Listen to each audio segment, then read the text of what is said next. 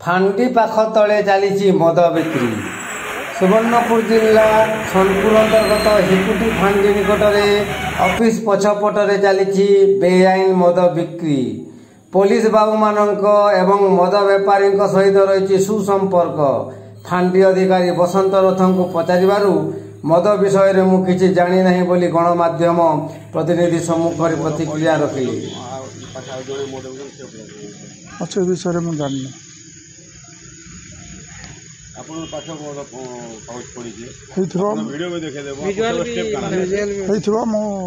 माने सियाड़े मुझे देखनी कि अवगत ना पैसा पतर नहीं दिया सेमती कहीपर कि मुझे चर्चा चली से विषय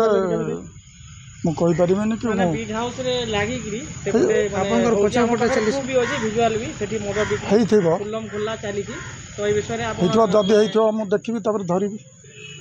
हाँ।